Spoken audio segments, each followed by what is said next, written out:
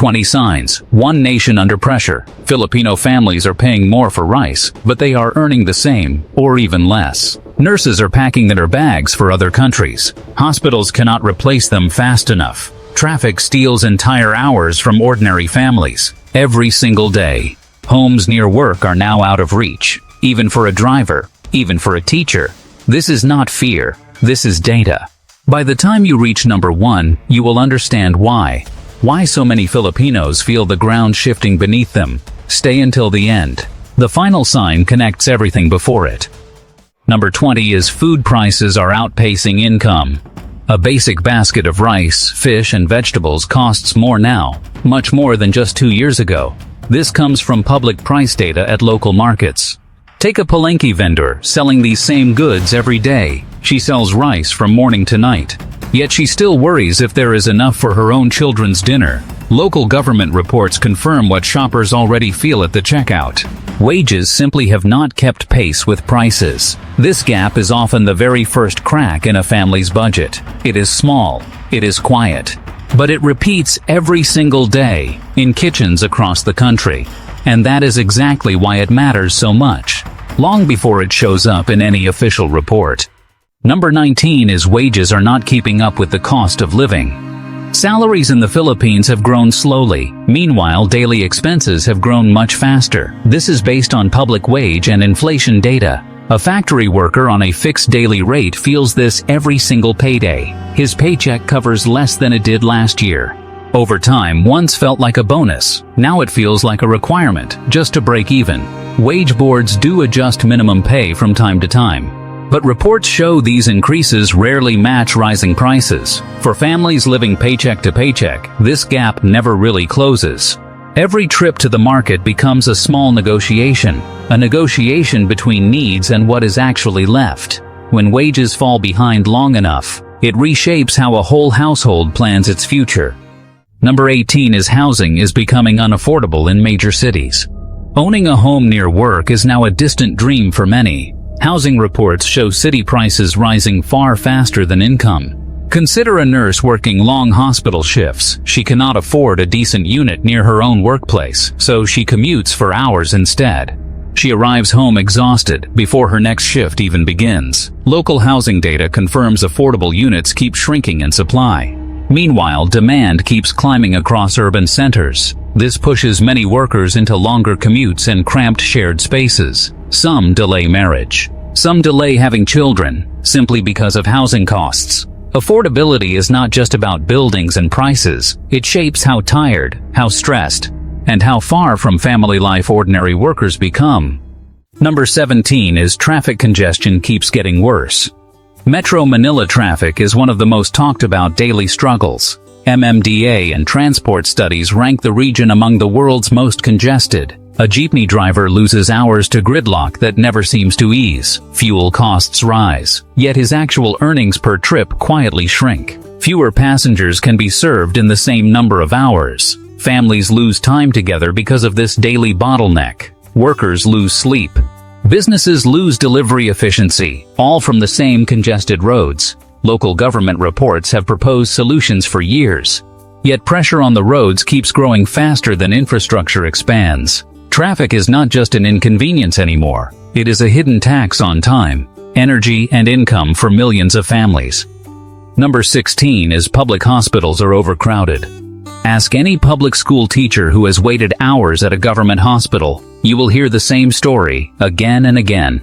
DOH and local health data confirm hospitals operating beyond intended capacity. Staff shortages make the wait even longer.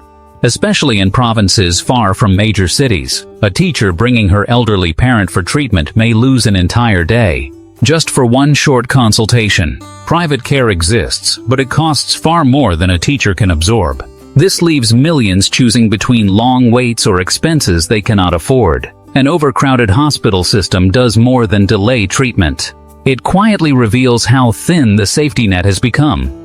A safety net families depend on when they have nowhere else to turn. Number 15 is job security is disappearing for many workers. Contractual work is often called Endo. That means employment ended right before it becomes regular. This painful pattern remains common across many industries. Dole reports have repeatedly flagged this practice nationwide. A call center agent might work for months building real skills, only to be let go right before earning permanent status. This cycle repeats across malls, factories, and offices across the country. Workers rarely gain the stability needed to plan ahead. No steady path toward a mortgage, a wedding, or real savings. Without job security, ambition quietly shrinks into simple survival planning. This sign matters because a strong middle class cannot be built on jobs that are designed from day one to never become permanent. Number 14 is household debt is quietly rising. More Filipino families are turning to online lending apps just to cover basic monthly expenses like food and school fees. Financial monitoring reports show small personal loans steadily rising nationwide. Picture an OFW's wife managing the household completely alone. She juggles tuition, electricity, and groceries on a single remittance. When that remittance is delayed, even briefly, options become limited. A lending app can feel like the only quick solution available. Interest rates on these loans are often far higher than bank loans. This is based on public financial advisories issued to consumers. What starts as a temporary fix can slowly become a long-term burden. Rising household debt is rarely discussed openly, yet it reveals how thin the financial cushion has truly become. Number 13 is more skilled workers are leaving the country. The Philippines keeps losing engineers, nurses, and other skilled professionals abroad. POEA and public migration data confirm this steady outward movement. Consider a young civil engineer trained locally at real cost. He accepts an overseas job because local pay cannot support his family. Each departure represents years of local education, now leaving with him. Government reports describe this brain drain as a long-standing structural challenge. Local industries are left searching for qualified replacements, often at higher cost, and after real delays in hiring. This sign matters because building a future takes skilled people, and right now, many of the country's most capable workers feel forced to build that future somewhere else instead of at home. Number 12 is electricity costs are climbing again.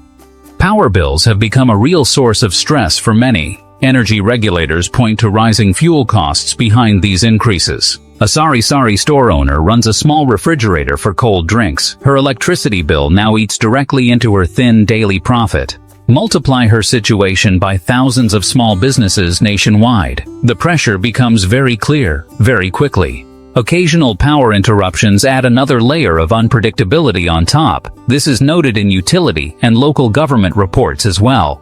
Families cut back on air conditioning during the hottest months. Appliances sit unused simply to save on the bill. Small business owners quietly absorb costs they cannot pass on to customers. Alone, this sign seems minor. Stacked with everything else, it adds real weight. Number 11 is flooding and typhoon damage are worsening each year. Pagasa and disaster risk reports show stronger typhoons hitting more communities. A farmer watches his rice fields disappear under sudden floodwater. He faces months of lost income with little safety net. Local disaster reports confirm recovery support often arrives slowly. It gets stretched thin across many affected areas at the same time. Families in flood-prone neighborhoods rebuild the same homes again and again, sometimes several times within a single decade of storms. Insurance remains rare for lower-income households, based on public data. This sign matters because disasters do more than destroy property in one storm. They steadily erode financial progress that took families years to build. We've covered the daily struggles. But these next 10 signs show how the very foundation of the country is shifting. Number 10 is cities are becoming dangerously overcrowded. Migration toward major cities keeps outpacing available housing and infrastructure. Urban planning data shows informal settlements expanding around cities like Manila. A construction worker builds high-rise condominiums for a living. But he goes home each night to a cramped, informal community. A community often without proper water or drainage systems in place. The very buildings he helps construct remain financially out of reach for him. Local government reports acknowledge this widening gap in housing supply. Overcrowding strains everything, from waste management to emergency response times. This sign matters because a city can look modern on the surface, while still struggling to house the very workers who keep it running. Number 9 is public transportation is overwhelmed. Anyone who has squeezed onto a packed train understands this sign immediately. Transportation Authority reports confirm trains regularly exceed their designed passenger capacity. A bank teller commuting daily may wait through several full trains just to finally find space to board one and get to work. Breakdowns and delays add further unpredictability to an already exhausting commute. This is documented repeatedly in public transit reports over recent years. Workers arrive late, employers grow frustrated. Stress builds before the actual workday even starts. Expansion projects exist on paper based on government infrastructure plans. But progress often lags well behind population growth in these corridors. When public transit cannot reliably move its own workforce, the whole economy slows down. Number 8 is online scams and cybercrime are rising. Digital life has brought real convenience, but also real new dangers. Police and cybercrime reports show a steady rise in online scams. An online seller manages a small shop through social media daily. She loses an entire month's earnings to one fake payment scheme. Investment scams, fake job offers, and phishing messages appear in public advisories. These come from law enforcement agencies tracking cybercrime trends closely. Victims often hesitate to report these crimes based on community surveys. Some feel embarrassed. Others simply doubt anything will actually be done. This creates a quiet, growing wound across many households nationwide. This sign matters because trust, once broken, becomes very hard to rebuild. Trust between neighbors, between platforms, and even in official warnings. Number 7 is school dropout rates are climbing again. Education has long been seen as the surest path out of poverty. DepEd reports, however, show dropout numbers rising in certain regions. This is largely tied to financial pressure at home, not ability. A single mother works as a laundrywoman to support her children. Her eldest child may need to start earning instead of studying. This choice is never made lightly, but survival leaves little room. Local government studies link these dropouts directly to household income struggles. Every student who leaves school early represents real lost potential. Lost potential not just for that family, but for the whole country. This sign matters because when poverty forces children out of classrooms, something breaks. It quietly extends the very cycle families are trying hard to escape. Number 6 is the gap between rich and poor is widening.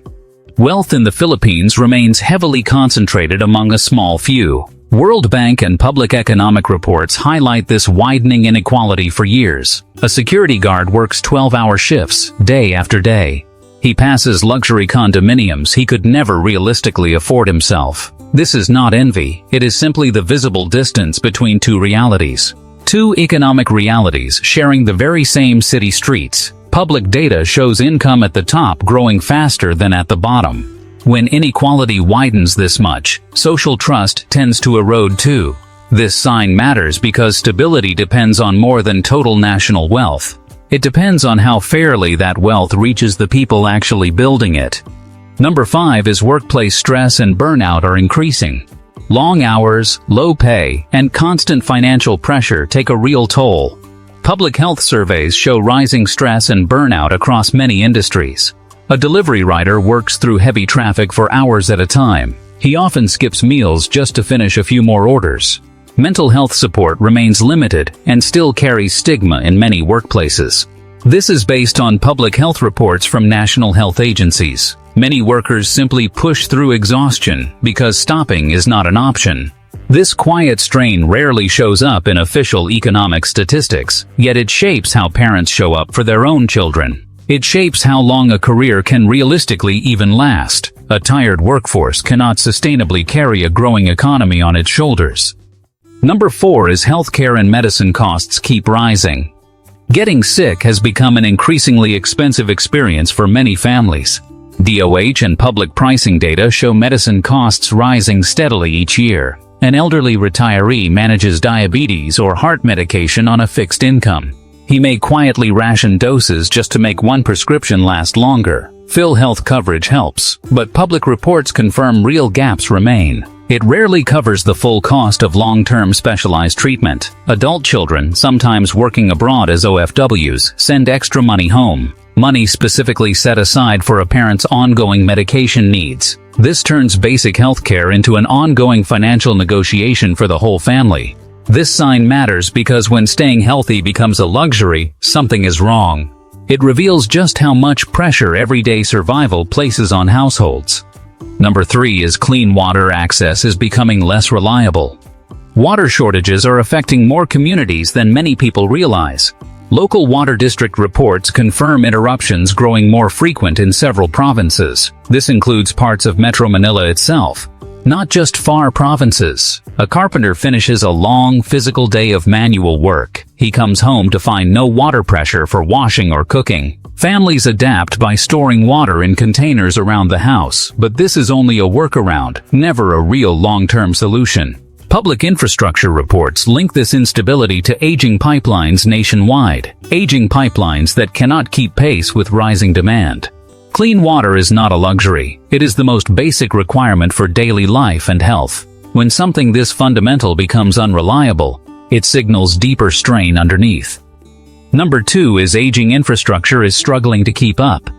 Roads, bridges, and drainage systems are aging faster than they get repaired. Public Works reports acknowledge a growing backlog of delayed infrastructure projects. Many are delayed simply by limited funding or slow planning processes.